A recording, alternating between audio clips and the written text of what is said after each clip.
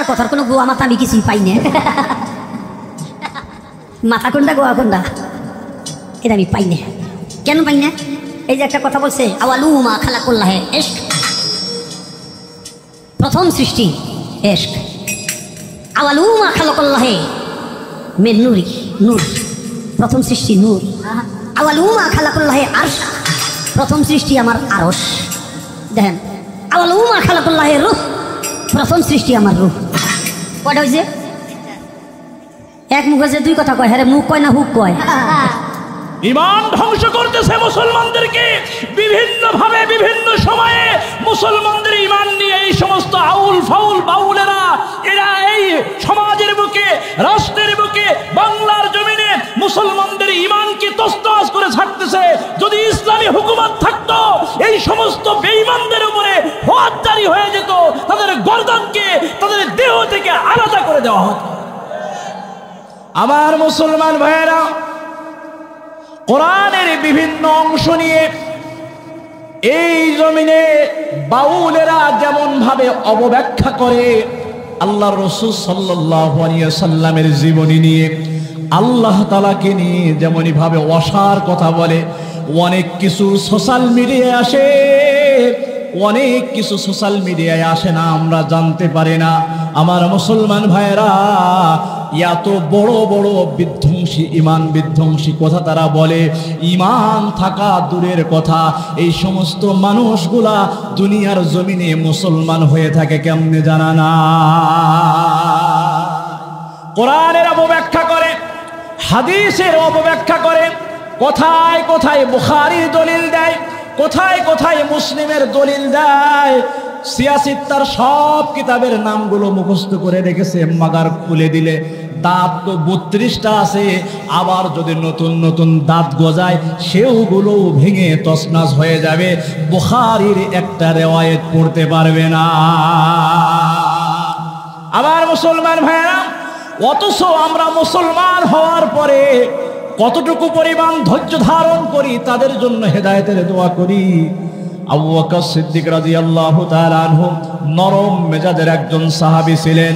আল্লাহর হাবিব সাল্লাল্লাহু আলাইহি ওয়াসাল্লামের সোহবতে থেকে থেকে দিন শিখেছেন, ইসলাম শিখেছেন।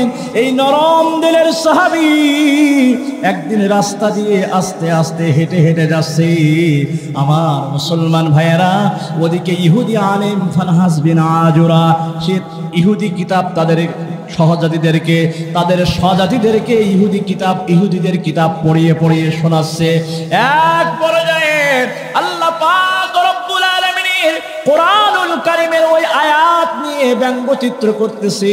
হযরত আবু বকর সিদ্দিক রাদিয়াল্লাহু তাআলা আনহুর কানে আওয়াজ চলে আসলেন। আল্লাহ তাআলা কোরআনুল কারীমের মধ্যে বলেন, ওয়া aqraduল্লাহ করদান হাসানা।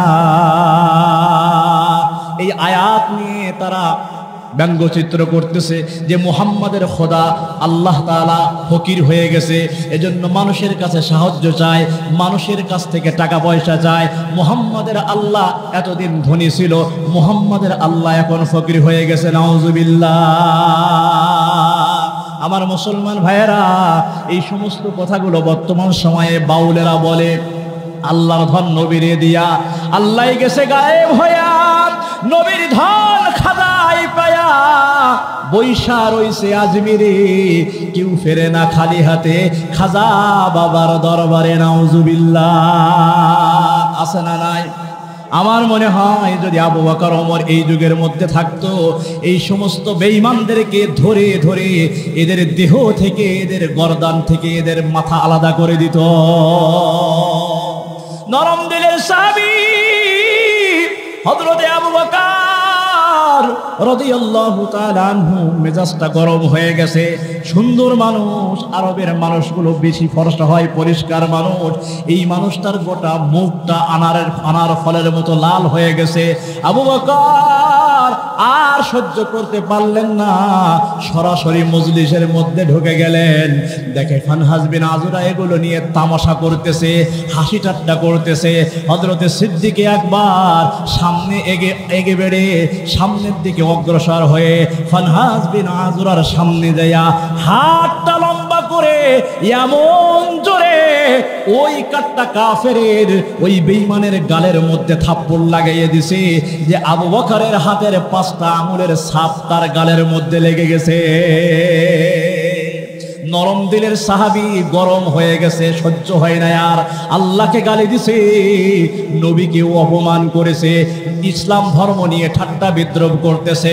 আমার মুসলমান ভাইরা, সমাজের বুকে, রাষ্ট্রের বুকে আল্লাহর কোরআনকে নিয়ে যদি কেউ ব্যঙ্গচিত্র করে, আমার নবীকে নিয়ে যদি কেউ ব্যঙ্গচিত্র করে, আল্লাহ পাক রব্বুল আলামিনকে নিয়ে যদি কেউ কটু কথা বলে, এই দুনিয়ার জমিনে তাদেরকে উচিত জবাব দেওয়ার জন্য আমার কোন কোন ভাই তৈয়ার আছেন? 2টা হাত আমার মালিক আল্লাহকে দেখিয়ে দেয়।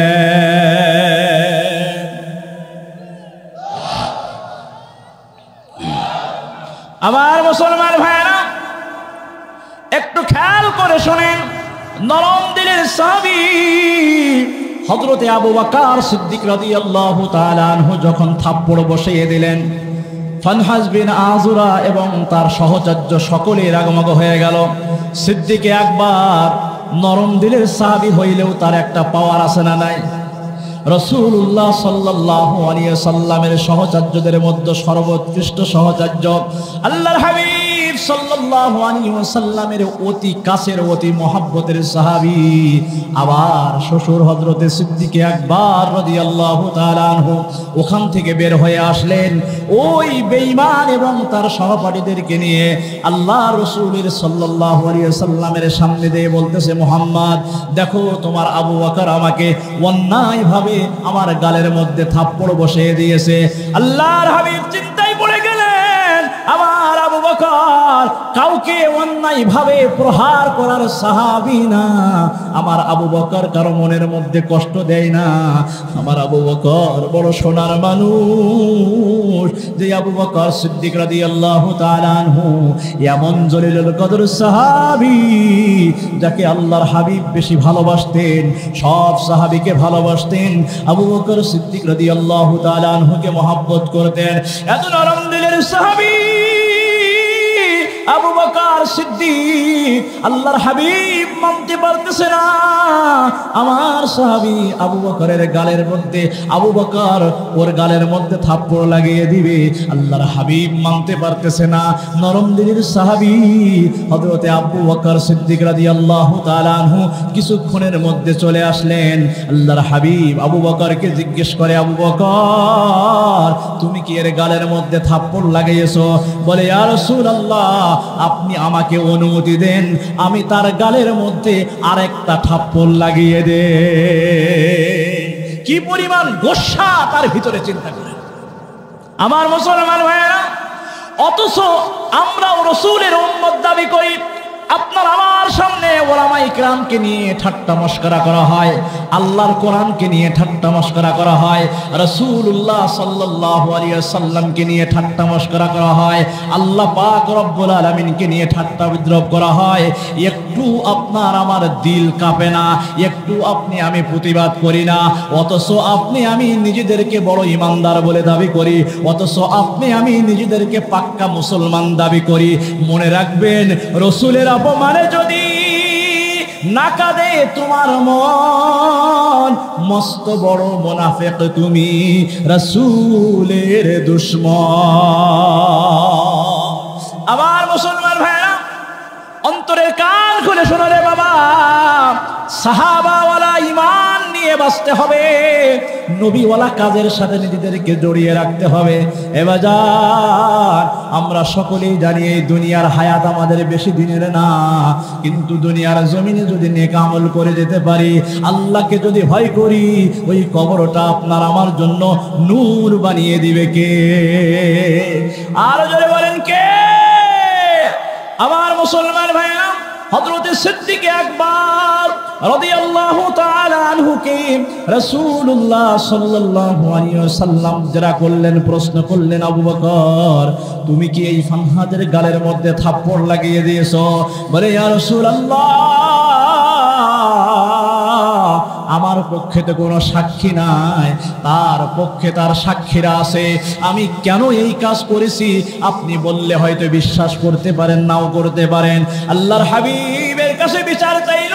আল্লাহর হাবিব বিচার করবেন, চড়ের বদলে চড়, মারের বদলে মার। কিন্তু আল্লাহর হাবিব সাল্লাল্লাহু আলাইহি সাল্লাম একটু ভাবতেছেন, আমার আবু বকর অন্যায়ভাবে কোনো কাজ করে না, আমার আবু বকরের কাজটা হয়তো সঠিক ছিল, এই বেঈমান ভুল করেছে, যার কারণে আমার নরম দিলের সাহাবী একটু গরম হয়ে গেছে। আল্লাহর হাবিব সাল্লাল্লাহু আলাইহি সাল্লাম নীরব হয়ে গেলেন। ইত্যবসরে হযরতে জিবরিল আমিন ওহী নিয়ে আল্লাহর হাবিবের কাছে চলে আসলেন। ইয়া রাসূলুল্লাহ, ইয়া হাবিবাল্লাহ, এই বেঈমান আল্লাহকে গালি দিয়েছে, আপনাকে গালি দিয়েছে, এই জন্য আপনার নরম দিলের সাহাবী হযরতে আবু বকর সহ্য করতে পারে নাই। ওগো নবীজি, এই কাফেরের হাতের চড় যেন আবু বকরের গালে না লাগে। আমার মুসলমান ভাইয়েরা, আপনি আমি যদি যেখানেই অন্যায়, যেখানে কোরআনের বিরুদ্ধে কথা হবে, যেখানেই রাসূলকে নিয়ে ব্যঙ্গচিত্র করা হবে, যেখানেই আল্লাহকে নিয়ে কটূক্তি করা হবে, সেখানেই যদি মুজাহিদের ভূমিকায় দাঁড়িয়ে যায়, আল্লাহ তাআলা আসমান থেকে আপনার আমার জন্য সাহায্য করবে, ঠিক কিনা? জাগলা হায় জাগলে আফলাক কি সায়া তলে, ওরে জাগলা হায় জাগলে अफलाक की साया तले हशर तक सोना पड़ेगा खाकी साया तले। एजন্য আমার মুসলমান ভাইয়েরা, নওজোয়ান যুবকেরা, গান বাজনার আড্ডায় যে সময় নষ্ট করবে না। হায় হায়, যদি জাগতে হয় কোরআন তেলাওয়াত করে করে জাগো, ওয়াজ মাহফিলের ময়দানে আসো, হক্কানি উলামায়ে কেরামের সোহবতে যাও। হায় হায়, এমন একদিন ঘুম দিবা, ওই মাটির নিচে ঘুম একেবারে কিয়ামত কায়েম হয়ে যাবে। আর যদি কোরআনের মজমায় না যাও, উলামায়ে কেরামের সোহবতে না যাও, আল্লাহকে যদি ভালো না বাসো, দিনকে যদি ভালো না লাগে, ইসলামকে যদি ভালো না লাগে, কবর থেকে মৃত্যুর সময় থেকে আযাব শুরু হয়ে যাবে। কবরে, হাসরে, মিজানে, ফুলসিরাতে সব জায়গায় শাস্তির পর শাস্তি আছে না নাই? 3.5 হাত মাটির ঘর, কারো আপন কারো পর, কারো হবে ফুলেরই বাগান, কারো বা হবে জাহান্নাম। কঠিন হবে সেদিন তোমার না থাকিলে নেকি, ওই কবরে যেতে হবে, থাকবে না কেউ সাথী। কাফন আমার আপন, কবর আমার ঘাটি, ওই কবরে যেতে হবে, থাকবে না কেউ সাথী, ঠিক কিনা? কোন সাথী থাকবে? আছে নাকি কোনো বন্ধু? দুনিয়ার জমিনে যত বড় বড় বীর বাহাদুর ছিল, টাকাওয়ালা পয়সাওয়ালা মানুষ ছিল, কেউ আজরাইলকে ঘুষ দিতে পারে নাই। আজরাইলকে ঘুষ দিয়ে মৃত্যুর হাত থেকে বাঁচতে পারে নাই। সাজ্জাদের মতো মানুষ যে দুনিয়ায় বেহেশত তৈরি করেছে, বালাখানা তৈরি করেছে, বেহেশতের মধ্যে যাবে, কিন্তু দেখা যায় বেহেশতের মধ্যে যাবে সাজ্জাদ ঘোড়ার উপরে রয়েছে, একটা পাও সে রেখে দিয়েছে স্বর্ণখচিত সিঁড়ির উপরে, আরেকটা পা হলো তার জান্নাতের গেটের কাছাকাছি। মুসলমান ভাইরা রে আমার, মালাকুল মাউত হযরতে আজরাইল রূহটা কবজ করার জন্য চলে এসেছে। সাজ্জাদ ভিতরে ঢুকতে চায়, আজরাইল বলে না না, হবে না, দুনিয়ার জমিনে তোমার আর থাকার অধিকার নাই। জান্নাত তৈরি করেছো, এই জান্নাতে যাওয়ার অধিকার তোমার নাই। আমার রবের নির্দেশ, এখন তোমার রূহটা আমি থাবা মেরে নিয়ে চলে যাব, রেডি হও, রেডি হও। বলে আজরাইল, এত সুন্দর করে বালাখানা তৈরি করলাম, একটুখানি আমাকে এক পলক দেখার সুযোগ দিয়ে দাও। বলে এক পলক কেন, তোমার চোখের পলক ফেলার সুযোগও আমি দেব না, এখন তোমার রূহটা আমি বের করে নিয়ে যাব। এবার ভাইরান, আজরাইলকে ঘুষ দেওয়া যায় না, আজরাইল ঘুষ খায় না। দুনিয়ার জমিনে ঘুষ চলে, দুনিয়ার জমিনে সুদ চলে, দুনিয়ার জমিনে অবৈধ পন্থায় টাকাও আদান প্রদান চলে। টেবিলের উপর দিয়ে নেয়, টেবিলের নিচ দিয়ে নেয়, কতভাবে টাকা পয়সা নিয়ে গাড়ি বাড়ি বিল্ডিং তৈরি করে। কিন্তু যদি একবার ভূমিকম্প আল্লাহর গজব শুরু হয়ে যায়, মুহূর্তের মধ্যে সেটা মাটির সাথে মিশিয়ে দেয়, ঠিক কিনা? মুসলমান ভাইরা, কোরআনুল কারীমের একটি আয়াতে কারিমা আমি আপনাদের সম্মুখে তেলাওয়াত করেছিলাম। আল্লাহ পাক রব্বুল আলামিন বলেন, ওয়াবুদুল্লাহ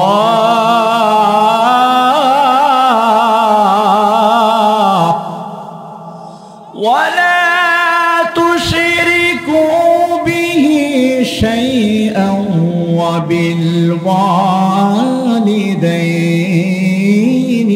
হাসানা। আল্লাহ রাব্বুল আলামিন বলেন, ওয়াবুদুল্লাহ ওয়ালা তুশরিকু বিহি শাইআ, তোমরা একমাত্র আল্লাহ পাক রব্বুল আলামিনের ইবাদত বন্দেগী করো।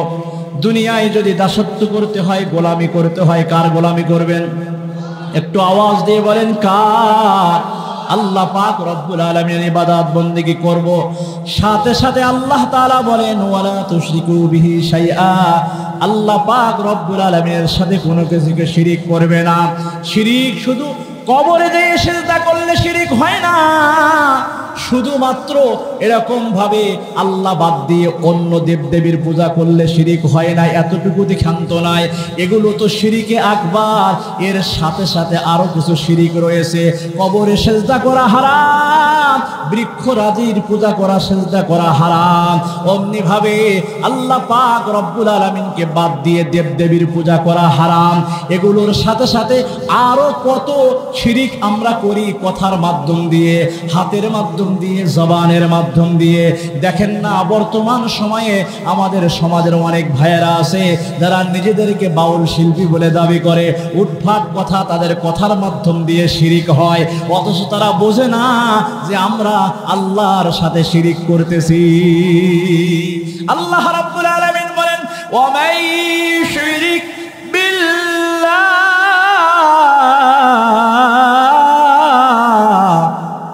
فقد افترى إثما عظيما ومن يشرك بالله فقد ضل ضلالا بعيدا। আরে যে আল্লাহর সাথে শিরিক করলো, কথার মাধ্যমে শিরিক করলো, জবানের মাধ্যম দিয়ে শিরিক করলো, হাতের মাধ্যম দিয়ে শিরিক করলো, যেভাবে শিরিক করলো না কেন, যদি সে শিরিক করে থাকে, শিরিক সবচেয়ে বড় গুনাহ। যে শিরিক করলো সে পথভ্রষ্ট হয়ে গেল। এজন্য মুসলমান ভাইয়ারে আমার, আল্লাহকে ভয় করতে হবে। এমন ভয়, আমার মালিক আমি যেখানে আসি না কেন, যেখানে থাকি না কেন, আমার মালিক আল্লাহ আমাকে দেখতেছে, আমার আল্লাহ আমার সব কিছু শুনতেছে। ডাইনে আল্লাহ, বামে আল্লাহ, পিছনে আল্লাহ, বামে আল্লাহ, উপরে নিচে সবখানে আল্লাহ পাক রব্বুল আলামিন বিরাজমান। এমন তাকওয়া খোদাভীতি নিয়ে যখন আপনি আমি কাজ করব, আল্লাহ পাক রব্বুল আলামিন সন্তুষ্ট হয়ে যাবে। আপনার আমার কাজের উপরে রহমত নাজিল করে দিবে কে? আমার মুসলমান ভাইরা, আয়াতের দ্বিতীয় অংশে আল্লাহ তাআলা বলেন, ওয়াবিল ওয়ালিদাইনি হাসানা, পিতা মাতার সাথে সৎ ব্যবহার করবে, মা বাবার সাথে খারাপ ব্যবহার করবে না, মা বাবার মুখ দিয়ে শব্দটা পর্যন্ত উচ্চারণ করবে না। মা বাবা যদি তোমার উপরে অন্যায় করে, মা বাবা যদি তোমার উপরে জুলুম করে, তারপরও মা বাবার সাথে খারাপ ব্যবহার করা যাবে না। আমার হাবিব আল্লাহ ডাক দিয়ে বলেন, সাহাবীরা রে, মা বাবা যদি কালো হয়, কুৎসিত বর্ণ হয়, তারপরও মা বাবার সাথে খারাপ ব্যবহার করবে না। মা বাবা যদি অমুসলিম হয়, তুমি ঈমান গ্রহণ করেছো, দিন গ্রহণ করেছো, মা বাবা অমুসলিম, তারপরও মা বাবার সাথে খারাপ ব্যবহার করবে না। মা বাবার সাথে সৎ ব্যবহার করবে। মা বাবার মুখ দিয়ে কষ্ট দিয়ে মা বাবাকে তাদের জবান দিয়ে কখনো শব্দটা পর্যন্ত উচ্চারণ করবে না।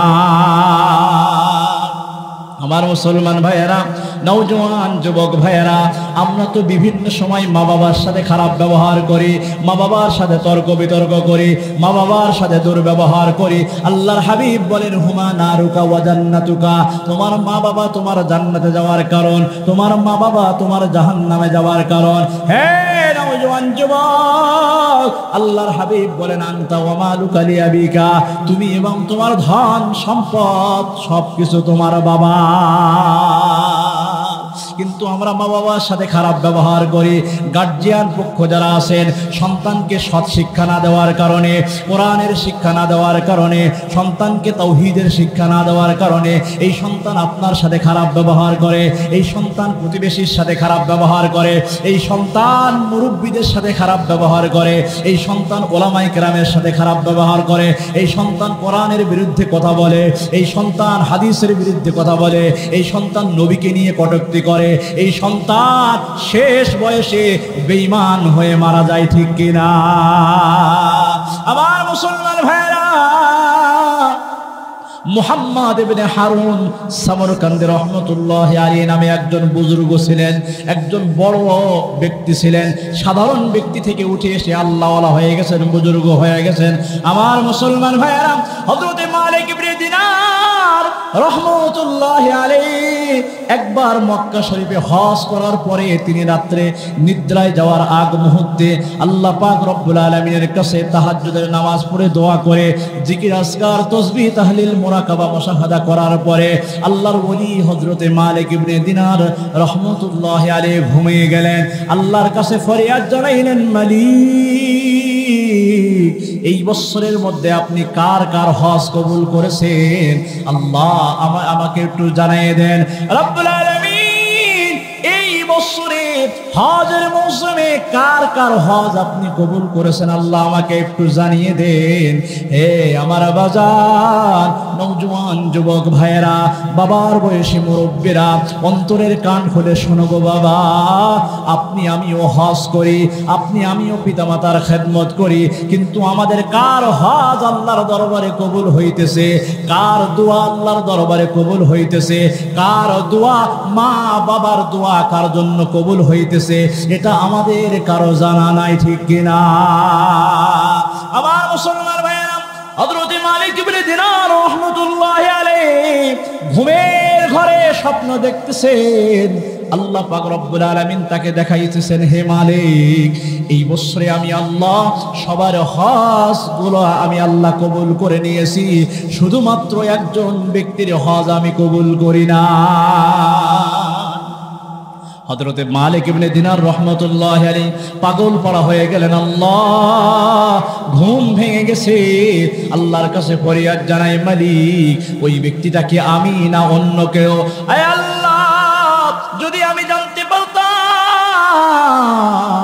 সবার হজ কবুল হয়েছে, কার হজ কবুল হয় নাই, আল্লাহ যদি আমি একটু জানতে পারতাম। আল্লাহু আকবার।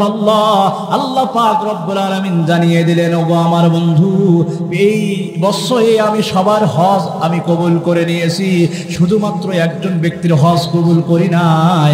ওই ব্যক্তির নাম হলো মুহাম্মদ ইবনে হারুন, সামরকান্দ প্রদেশে তার বাড়ি। আয় মুসলমান ভাইরা আমার, আল্লাহর ওলি ডাক দিয়ে বলে, রব্বি আল্লাহ, আমি ওই ব্যক্তিকে কোথায় পাবো? আমি তার সাথে সরাসরি সাক্ষাৎ করতে চাই, কেন তার হজ কবুল হলো না? আমার মুসলমান ভাইরা, মা বাবার খেদমত করা লাগবে, মা বাবার সাথে ভালো ব্যবহার করা লাগবে। আমার বাবার বন্ধুরা, মুহাম্মদ হযরত মালিক ইবনে দিনার রাহমাতুল্লাহি আলাইহি আল্লাহর কাছে ফরিয়াদ জানায়, রব্বি, ওই ব্যক্তি কি এই মক্কা নগরীতে আছে? বলে, হ্যাঁ, ওই ব্যক্তি মক্কার আশপাশে মক্কা নগরীতে আছে, তুমি তাকে খোঁজ করলে পাইবে। আল্লাহর ওলি ওই ব্যক্তির সন্ধানে বের হয়ে গেলেন, তার খোঁজে বের হয়ে গেলেন। পথ চলতে চলতে কাবার কাছে চলে গেছে। ডাক দিয়ে বলে, হে কাবার অধিবাসীরা, আশপাশে যারা আছো, হাজিদের কাফেলায় দিয়ে জিজ্ঞাসা করে, ওগো আল্লাহর বান্দারা, তোমরা কি মুহাম্মদ ইবনে হারুন সামরকান্দ এই ব্যক্তিকে তোমরা কি চিনো নাকি? এই ব্যক্তির পরিচয় সম্পর্কে তোমরা কি কিছু জানো? বলে, না না, আমরা তাকে চিনি না। আবার কিছু হাজিদের কাফেলার কাছে দিয়ে জিজ্ঞেস করে, ওগো আল্লাহর বান্দারা, তোমরা কি এই ব্যক্তিকে চিনো? বলে, না, আমরা চিনি না। এভাবে গোটা কাবার আশপাশ দিয়ে ঘোরাঘুরি করলেন মুহাম্মদ ইবনে হারুনের সন্ধান পাওয়ার জন্য। কেউ বলতে পারে না। হযরত মালিক ইবনে দিনার চিন্তায় পড়ে গেলেন, কোথায় তার খোঁজ খবর পাবো, কোথায় গেলে তার সন্ধান মিলবে। হযরত মালিক ইবনে দিনার রহমতুল্লাহ আলাইহি একটুখানি মরুভূমির দিকে চলতে লাগলেন। কিছু দূর যাওয়ার পরে দেখে একটা বৃক্ষের নিচে জীর্ণ শীর্ণ একজন ব্যক্তি নামাজ পড়তেছে, কান্নাকাটি করতেছে। তার ডান হাতটা কাটা, গলার এখান দিয়ে ছিদ্র করে শিকল দ্বারা পা দুটো বাঁধা। আল্লাহর ওলি হযরত মালিক ইবনে দিনার রহমতুল্লাহ আলাইহি ওই ব্যক্তির কাছাকাছি চলে গেলেন। আশপাশের মানুষদেরকে ডেকে জিজ্ঞেস করলেন, হে এলাকার মানুষেরা, তোমরা কি ওই ব্যক্তিকে চিনো? বলে, হ্যাঁ, আমরা তাকে চিনি। উনি অনেক আবেদ একজন ব্যক্তি, আল্লাহওয়ালা বুজুর্গ ব্যক্তি। আজ 40 বছর যাবৎ সে কাবা শরীফের আশপাশে থাকে, হজের মৌসুমে হজ করে, আর সারাদিন সারা রাত ওই গাছের নিচে দাঁড়িয়ে দাঁড়িয়ে নামাজ পড়ে, কান্নাকাটি করে। আমরা তার কাছে যেয়ে জিজ্ঞেস করলে সে কোনো কিছু বলে না, কান্নাকাটি করে, চোখের পানিগুলো ছেড়ে দিয়ে কাঁদে। এভাবে দিনের পর দিন অতিক্রম হয়ে যাচ্ছে। আমরা তার কাছ থেকে মাঝে মাঝে দোয়া নেই, ওর দোয়াটা আল্লাহ পাক রব্বুল আলামিন কবুল করে। হযরত মালিক ইবনে দিনার চিন্তায় পড়ে গেলেন, দূরে বসে বসে একটু অপেক্ষা করতেছে। আল্লাহর ওলি মুহাম্মদ ইবনে হারুন যখন সালাম ফিরিয়ে অবসরে আসলেন, মালিক ইবনে দিনার তার কাছাকাছি চলে গেলেন। ডাক দিয়ে বলে, আল্লাহর বান্দা, তুমি কি মুহাম্মদ ইবনে হারুন? তখন সে বলে, হ্যাঁ, আমি মুহাম্মদ ইবনে হারুন। আপনি কে? বলে, আমি মালিক ইবনে দিনার। বলে, ও আল্লাহর ওলি,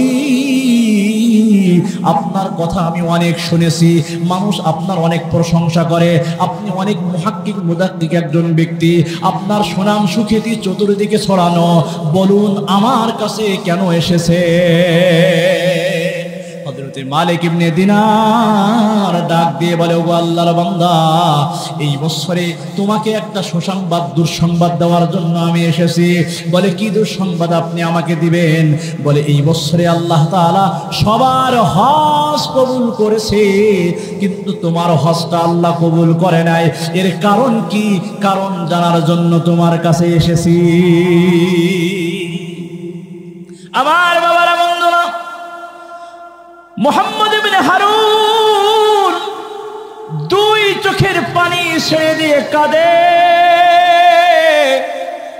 ডাক দিয়ে বলে, হে মালিক ইবনে দিনার, আল্লাহর ওলি,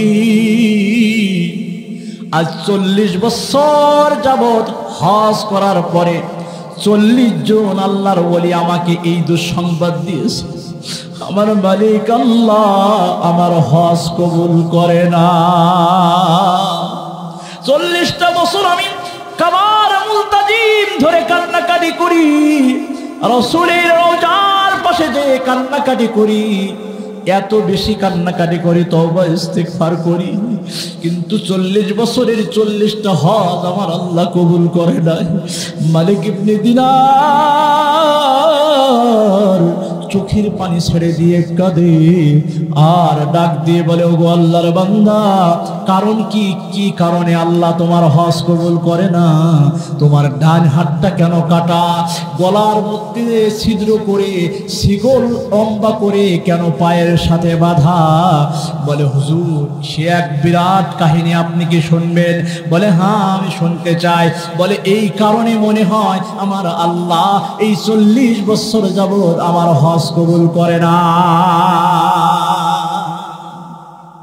আমার মুসলমান ভাইয়েরা, হযরত মালিক ইবনে দিনার জিজ্ঞাসা করার পরে মুহাম্মদ ইবনে হারুন ডাক দিয়ে বলে, হুজুর, তাহলে শুনুন, রমজানের প্রথম দিন, শাবানের শেষ রাত্র, আমি নওজোয়ান তাগড়া যুবক ছিলাম, আমি মদ পান করতাম, নেশা জাতীয় দ্রব্যাদি আমি পান করতাম।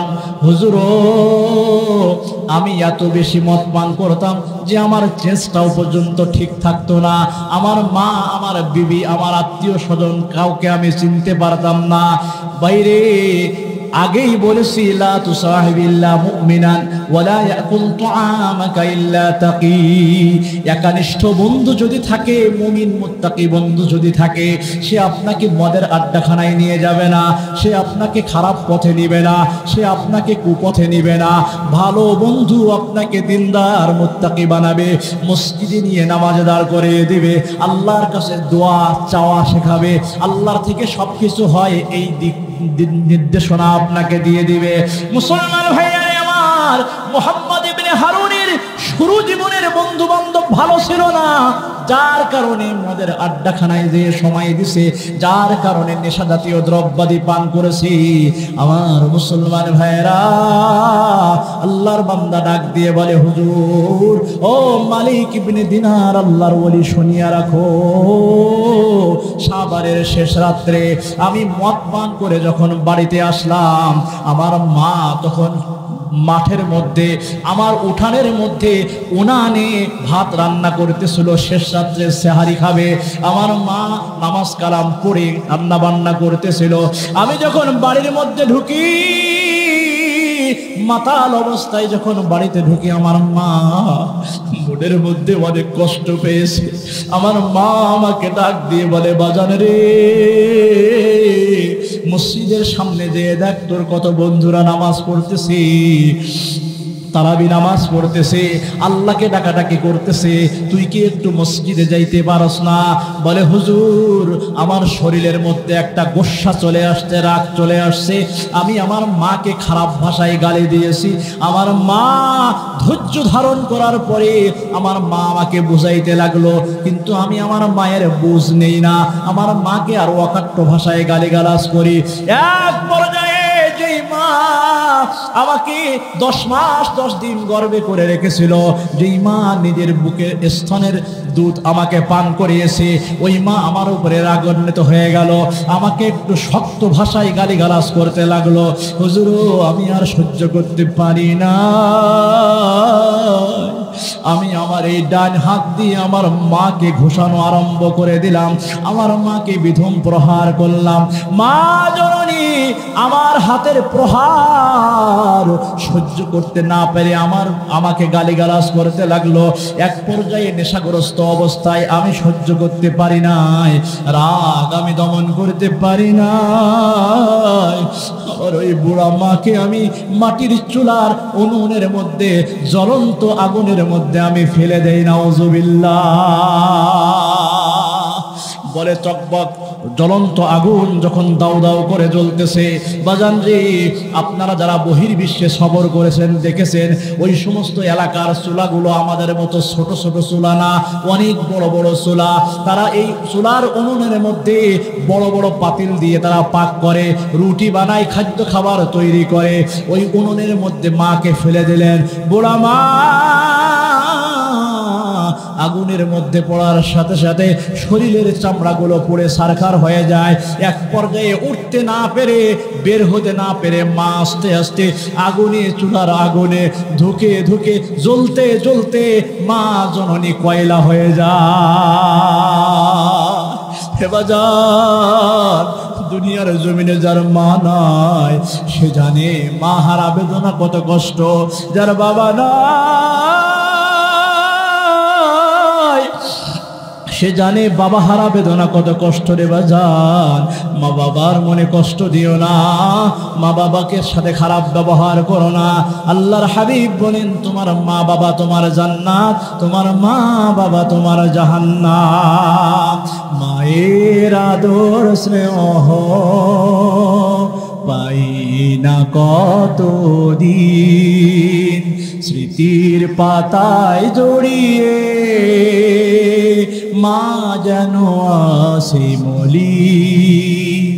কোনদিনও মা আমাকে ছেড়ে খায়নি খাবার পেটটা পড়ে, কোনোদিনও মা আমাকে ছেড়ে, খাইনি খাবার পেটটা পড়ে, আমার মুখের দিকে চেয়ে কাটাতো নিশিদিন। মায়ের আদর স্নেহ পাই না কতদিন। মা নেই কার কার, একটু হাত উঠান দেখি। মা বাবা নেই কার কার? এবার খারাপ লাগে না মায়ের কথা বললে? অন্তরটাকে নরম করে দাও। আজকের মাহফিলের শেষ মোনাজাতে মা বাবার জন্য দোয়া করো, মা বাবার জন্য কিছু হাদিয়া পাঠিয়ে দিও। দুনিয়ার সব টাকা পয়সা মা বাবা তোমার আমার জন্য রেখে গেছি, এখন একটু মা বাবার জন্য মনটাকে নরম করে দাও। মনে মনে দোয়া করো, একটু মোরাকাবা করো। আমার মা চলে গেছে, আমাকেও চলে যেতে হবে, এই দুনিয়ায় চিরদিন থাকবো না। মায়ের কথা স্মরণ করে, বাবার কথা স্মরণ করে 2 ফোঁটা চোখের পানি ময়দানের মধ্যে রেখে যাও। এই 2 ফোঁটা চোখের পানি হতে পারে কিয়ামতের ময়দানে, কবরে, হাসরে, মিজানে, পুলসরাতে আপনার আমার নাজাতের ওসিলা হয়ে যেতে পারে। এবার যান মুহাম্মদ ইবনে হারুন ডাক দিয়ে বলে, ও আল্লাহর ওলি, আমার মা ওদিকে চুলার আগুনে, উনুনের আগুনে জ্বলে পড়ে ছারখার হয়ে গেছে। আমি রাতে ঘুমের ঘরে আরামে ঘুমাইতেছি। আমি সকালবেলা আমার বিবি বাহিরে এসে দেখে মা পুড়ে কয়লা হয়ে গেছে, মার কোনো কিছু আর অবশিষ্ট বাকি নাই। দরজার মধ্যে আঘাত করতেছে আমার স্ত্রী, চোখের পানিগুলো ছেড়ে দিয়ে কাঁদে আর ডাক দিয়ে বলে, জালেম বের হ, ও জালেম, তোর ঘুম কি এখনো ভাঙে না? আমি তোর মতো অত্যাচারের সংসার করতে চাই না। বলে, হুজুর, আমার যখন ঘুম ভেঙে গেছে, দরজা খুলে আমি বাহিরে বের হলাম। বিবিকে ডাক দিয়ে বলে, কেন রে বিবি, এত রাগ করো কেন? কেন এত মেজাজ দেখাইতেছো? বলে, তুমি কি জানো না, রাত্রে মনে হয় তুমি তোমার মার সাথে খারাপ ব্যবহার করেছো, তোমার মাকে তুমি বিদম প্রহার করেছো। আমি হয়তো ঘুমিয়ে গেছি, আমি জানতে পারি নাই। দেখো, তুমি নিজ হাতে তোমার মাকে জ্বলিয়ে পড়িয়ে ছারখার করে দিয়েছো। উনানের মধ্যে যে দেখো, চুলার মধ্যে যে দেখো, তোমার মা পুড়ে ছারখার হয়ে গেছে। হে আমার স্বামী, আজ থেকে আর তোমাকে আমি স্বামী বলে পরিচয় দেব না। আমি বের হয়ে যেতে চাই, আমাকে তালাক দিয়ে বের করে দাও। বলে, হুজুর, হে মালিক ইবনে দিনার, আমি বাহিরে যেয়ে দেখি আমার বুড়া মা পড়ে ছারখার হয়ে গেছে। আমি আর নিজেকে সহ্য করতে পারি নাই। ঘরের ভিতর থেকে কুঠার এনে আমার এই হাতটাকে আমি টুকরা টুকরা করে কেটেছি। দেখো, এই পর্যন্ত এনে আমি আমার হাতটা কেটে ফেলেছি। হুজুর, আমার অনেক ধন সম্পদ ছিল, সবগুলো আমি আল্লাহর রাস্তায় সদকা করে দিয়েছি। আমার বিবিকেও আমি বের করে দিয়েছি। হে মালিক ইবনে দিনার, শাস্তি স্বরূপ আমি আমার গলার কাছে ছিদ্র করে এখান থেকে আমি শিকল দ্বারা আমার পায়ের মধ্যে আমি লটকে রেখেছি। এই 40 বছর যাবৎ আমি কাবার মুলতাজিম ধরে কান্নাকাটি করি, না জানি আমার মায়ের সাথে অপরাধ যে অত্যাচার আমি করেছি আল্লাহ তাআলা আমাকে ক্ষমা করে দেয় কিনা, এই জন্য আমি কান্নাকাটি করি। ওগো আল্লাহর বান্দা, মায়ের সাথে বেয়াদবি করার শাস্তির কারণে আমি আমার ডান হাত কেটে ফেলেছি, গলা থেকে পা পর্যন্ত শিকল ঝুলিয়ে রেখেছি। আমার সব ধন সম্পদ আল্লাহর রাস্তায় সদকা করে দিয়েছি। আল্লাহর কাছে মাপ চাইতেছি 40 বছর দিন রাত ধরে। তারপরও আল্লাহর পক্ষ থেকে কোনো আল্লাহর ওলি আমার ক্ষমার সুসংবাদ শোনায় না। মুসলমান ভাইরা, আমার নওজোয়ান যুবক ভাইরা, আমরা প্রতিনিয়ত মা বাবার সাথে বেয়াদবি করি, আমরা প্রতিনিয়ত মা বাবার সাথে তর্ক বিতর্ক করি, এমনকি মা বাবার গায়ের মধ্যে হাত উঠাই, দিলটা একটু কাঁপে না? তুমি যদি তোমার মা বাবার সাথে খারাপ ব্যবহার করো, তুমি যদি তোমার মা বাবার সাথে দুর্ব্যবহার করো, মা বাবার গায়ের মধ্যে যদি হাত উঠাও, সাদা কাগজের মধ্যে লিখে নাও তোমার সন্তানও তোমার সাথে খারাপ ব্যবহার করবে, তোমার সন্তানও তোমার গায়ের মধ্যে হাত উঠাইবে। শেষ বয়সে এমন হতে পারে সন্তানদের খাদ্য খাবার তোমার ভাগ্যে নাও থাকতে পারে, সন্তানদের ভালোবাসা তোমার ভাগ্যে হয়তো নাও জুটতে পারে। রাস্তায় রাস্তায় ভিক্ষা করে খাওয়া লাগতে পারে, রাস্তায় রাস্তায় ফকিরের মতো ঘোরাফেরা করা লাগতে পারে, ঠিক কিনা? আমার পর্দার আড়ালের মা বোনেরা, শ্বশুর শাশুড়ির সাথে খারাপ ব্যবহার করা যাবে না। নিজের মা বাবাকে যেমন মা বাবার আদর স্নেহ ভালোবাসা পেতে চাও, শ্বশুর শাশুড়ির সাথে যদি ভালো ব্যবহার করো, শ্বশুর শাশুড়ির সাথে যদি সৎ ব্যবহার করো, ওই শ্বশুর শাশুড়িকে মা বাবার নজরে দেখবে, তাহলে তারাও তোমাকে ভালোবাসবে। মা বাবার সাথে ভালো ব্যবহার করলে মা বাবা যেমন সন্তুষ্ট হয়ে যায়, শ্বশুর শাশুড়ির সাথে যদি ভালো ব্যবহার করো তারাও সন্তুষ্ট হয়ে যাবে। মা বাবার সাথে ভালো ব্যবহার করলে আল্লাহ জান্নাত দিবে, শ্বশুর শাশুড়ির সাথে ভালো ব্যবহার করলে আল্লাহ জান্নাত দিবে। মা বাবার সাথে খারাপ ব্যবহার করলে জাহান্নামে যাওয়া লাগবে, শ্বশুর শাশুড়ির সাথে খারাপ ব্যবহার করলে জাহান্নামে যাওয়া লাগবে। আজ যদি তুমি শ্বশুর শাশুড়ির সাথে খারাপ ব্যবহার করো, তুমিও একদিন পুত্রবধূ হবে। আল্লাহ যদি হায়াত দান করে, তোমার গর্ভে থেকেও সন্তান সন্ততি দুনিয়ার জমিনে আসবে, তোমার পুত্রবধূ তোমার সাথে খারাপ ব্যবহার করবে। এমন ঘটনা আমাদের বাংলার জমিনে হাজার হাজার আছে না? আবার মুসলমান ভাইয়েরা, হযরতে মুহাম্মদ ইবনে হারুন মালিক ইবনে দিনার রহমতুল্লাহ আলাইহি সব ঘটনা শুনাইলেন। আল্লাহর ওলি হযরতে মালিক ইবনে দিনার রহমতুল্লাহ আলাইহি এবার ডাক দিয়ে বলে, ও আল্লাহর বান্দা, 40 বছর যেহেতু আল্লাহ তাআলা তোমাকে ক্ষমা করে নাই, আমার মনটা বলতেছে আল্লাহ তাআলা হয়তো তোমাকে আর ক্ষমা করবে না। জানা নাই আল্লাহ তোমাকে ক্ষমা করবে কি করবে না।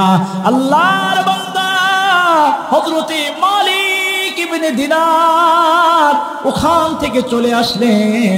মুহাম্মদ ইবনে হারুন আরো বেশি কান্নাকাটি করতেছি, ওখান থেকে উঠে সোজা কাবার শরীফের সামনে চলে গেলেন, মুলতাজিম ধরে কান্নাকাটি করতেছে, আল্লাহ আজ 40টা বছর হয়ে গেল, আমি আমার নিজের ভুল বুঝতে পেরে কান্নাকাটি করতেছি। মালিক, তুমি কি আমাকে ক্ষমা করবা না? আয় আল্লাহ, তুমি কি আমার গোনা খাতাগুলো মাফ করবা না? এভাবে একের পরে এক কান্নাকাটি করতেছি। আমার মুসলমান ভাইয়েরা, আল্লাহ পাক রব্বুল আলামিনের কাছে আরো কঠিন ভাবে তওবা করলেন, কান্নাকাটি করলেন। আল্লাহ পাক রব্বুল আলামিন তার তওবা কবুল করে নিলেন। মালিক ইবনে দিনার ওখান থেকে চলে আসলেন। আল্লাহর ওলি কান্নাকাটি করি, মুহাম্মদ ইবনে হারুন বেশি কান্নাকাটি করতেছে। আল্লাহ পাক রব্বুল আলামিন তাকে ক্ষমা করে দিলেন। হযরত মালিক ইবনে দিনার রাতে আবার আমল করে, তাহাজ্জুদের নামাজ পড়ে, জিকির আজকার করে, মুরাকাবা মুশাহাদা করে আবার ঘুমিয়ে পড়লেন। স্বপ্নে দোজাহানের পয়গম্বর নবী মুহাম্মদুর রাসূলুল্লাহ সাল্লাল্লাহু আলাইহি ওয়াসাল্লাম চলে আসলেন। ডাক দিয়ে বলে, ওগো মালিক, কেন তুমি আমার আল্লাহর বান্দাকে নৈরাশ করেছো? ও মালিক ইবনে দিনার, তুমি কেন মুহাম্মদ ইবনে হারুনকে নৈরাশ করেছো? আমার আল্লাহর বান্দার বাহ্যিক চাকচিক্য দেখেন না, আল্লাহ তাআলা দেখে বান্দার দিলের খবর, দিলের খবর। আল্লাহ পাক রব্বুল আলামিন ওই মা মুহাম্মদ ইবনে হারুনকে কবুল করে নিয়েছেন। আল্লাহ তাআলা তার तमाम জীবনের গুনাহ খাতাগুলো maaf করে দিয়েছে। হে মালিক ইবনে দিনার, তুমি মুহাম্মদ ইবনে হারুনকে এই ঘটনাটা একটু জানিয়ে দিও যে আল্লাহ তাআলা তাকে ক্ষমা করে দিয়েছেন। সুবহানাল্লাহ। খেদমতে মা দরপে দর কুন ইখতিয়ার তাশওয়িয়াত মাল দৌলত বখতিয়ার দম্মজন হর খিলাফে মাদেরা তাকে বাসি দূরে আজ শররে জামা। পিতা মাতার খেদমত করো, পিতা মাতার সেবাশ্রম করো, মা বাবার সাথে ভালো ব্যবহার করো, তাহলে মা বাবা আপনার আমার জন্য দোয়া করবে। মা বাবার নিঃশ্বাসের বিরুদ্ধে একটা নিঃশ্বাস ফেলিও না। পিতা মাতার খেদমত করলে আল্লাহ তাআলা উভয় জাহানে আল্লাহ পাক রব্বুল আলামিন আপনাকে আমাকে উন্নতি দান করে দিবে। সুবহানাল্লাহ। আমার মুসলমান ভাইয়েরা, মুবারকময় একটি হাদিস আপনাদের সামনে পাঠ করেছিলাম, হযরতে আবু হুরায়রা রাদিয়াল্লাহু তাআলা আনহু থেকে বর্ণিত হাদিস। আল্লাহর হাবিব একবার সাহাবায়ে কেরাম রাদিয়াল্লাহু তাআলা আনহু আজমাইনদের সামনে এসে দাঁড়াইলেন। আল্লাহর হাবিব সাল্লাল্লাহু আলাইহি ওয়াসাল্লাম যখন চলে আসলেন, আল্লাহর হাবিব ডাক দিয়ে বলেন, রে আবু হুরায়রা, তোমাদের মধ্যে এমন কোন ব্যক্তি আছে আমার থেকে এই বাক্যগুলো শিখবে, শিখে তার উপরে আমল করবে, অথবা নিজে শিখবে অপরকে শেখাইবে। আন আবি হুরায়রা রাদিয়াল্লাহু তাআলা আনহু قال قال رسول الله صلى الله عليه وسلم من ياخذ عني هؤلاء الكلمات।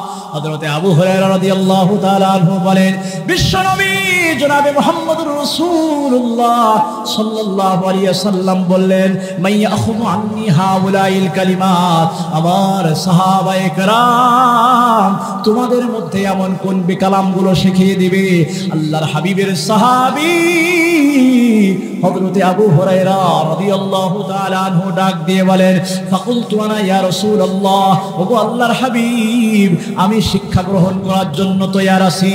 আল্লাহর হাবিব সাল্লাল্লাহু আলাইহি ওয়াসাল্লাম যখন আবু হুরায়রার মুখ থেকে এই কথা শুনলেন, আল্লাহর রাসূল সাল্লাল্লাহু আলাইহি ওয়াসাল্লাম আবু হুরায়রার হাতটা এভাবে আটকে ধরলেন। ফাআখাযা বিয়াদি ফাআদ্দা খামসান ওয়া ক্বাল, আবু হুরায়রা রাদিয়াল্লাহু তাআলা আনহু বলেন, আমার রাসূল আমার হাত আটকে ধরলেন, পাঁচটা বিষয় তিনি গণনা করলেন। পাঁচটা বিষয় গণনা করে আমাকে বললেন, আবু হুরায়রা, এই পাঁচটা বিষয়ের উপর যদি কেউ আমল করে আল্লাহ তাআলা তাকে পাঁচ ভাবে উপকৃত করবে। সুবহানাল্লাহ। নাম্বার 1, ইত্তাকিল মাহারিমা তাকুন আবাদান নাস।